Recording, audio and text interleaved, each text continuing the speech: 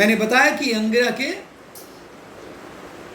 अंगिरस भी बोलते हैं। तो कहीं कोई साहित्यिक बात में आप चर्चा हो तो आप कहें हमें तो बाबूजी ने बताया था अंगिरा, अंगिरस, अंगिरा एक है। तो अंगिरस के पुत्र थे बृहस्पति और भृगु के पुत्र थे शुक्र, जिन्हें आप बहुधा जानते हैं, शुक्राचार्य।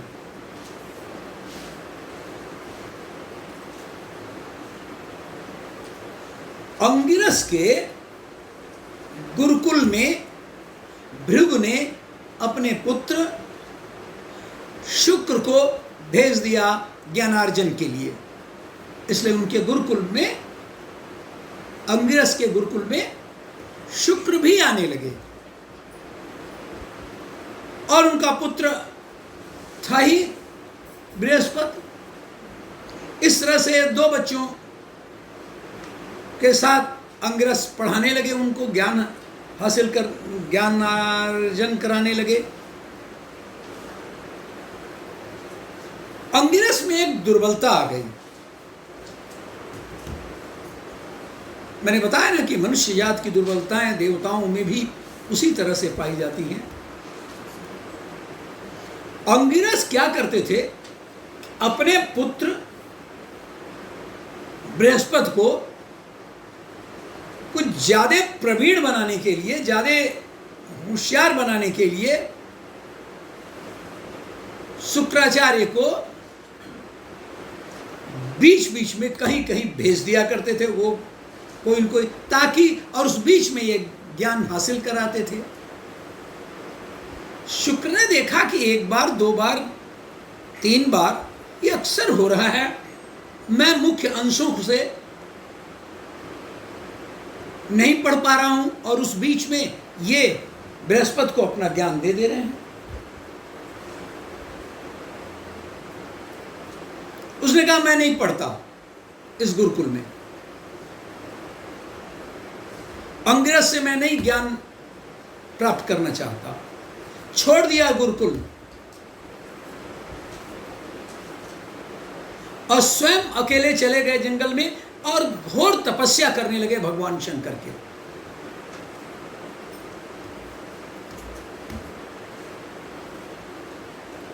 कुछ यूं ही नहीं तपस्या होती है जिसके कारण कभी कोई देवता या कोई भगवान उस तपस्या करने वाले के सामने आ जाए। कठोर तपस्या। सैकड़ों वर्षों की तपस्या के बाद भगवान शंकर प्रकट हुए। क्या चाहते हैं, क्यों इतनी कठोर तपस्या? बताया कि मैं मृत संजीवनी विद्या आपसे जानना चाहता हूं। चूंकि इतना प्रसन्न थे भगवान शंकर, इसलिए उन्होंने कहा हे मस्त, तुम मृत संजीवनी विद्या प्राप्त करोगे। और उनको प्राप्त हुई, जैसे भी माध्यम से, जिस तरह से कालांतर में, इस तरह से शुक्राचार्य को विद्या प्राप्त हो गई, मृत संजीवनी विद्या। एक तो कशिश थी ही शुक्र को, और बृहस्पति देवताओं के गुरु हो गए। अब देवताओं के गुरु होने के कारण शुक्र को उनसे प्रतिशोध लेने के लिए या उस दल में नहीं शामिल होने के लिए इन्होंने राक्षसों का पक्ष लिया।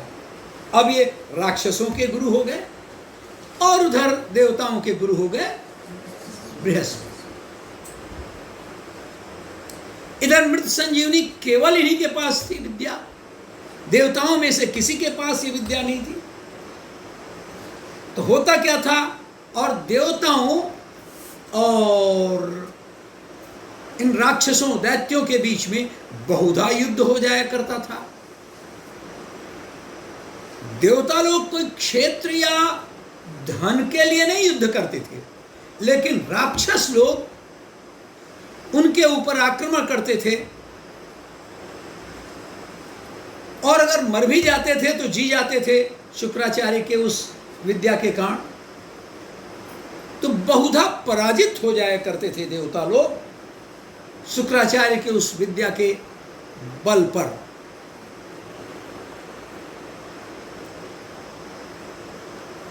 ये बात होने लगी तो उसके बाद से शंकर जी ने देखा कि ये कर तो रहा है, लेकिन कभी कभी अतिशय ये गलत काम कर रहा है। जहां पर दैत्य लोग, राक्षस लोग गलत काम, गलत आचरण कर रहे हैं, देवताओं को इस तरह से पराजय करने में कुछ भी नीति अनीति इस तरह से सहारा ले रहे हैं, शंकर जी को आ गया क्रोध।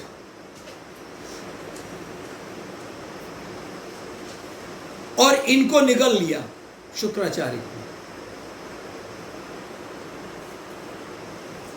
निगल लिया और 100 वर्षों तक ही उनके पेट में रहे। शुक्राचार्य भगवान शंकर के भीतर 100 वर्षों तक रहे, लेकिन वहां पर भी वो तपस्या करते रहे, वो साधना करते रहे, भगवान शंकर की आराधना करते रहे। 100 वर्षों के बाद भगवान शंकर अपने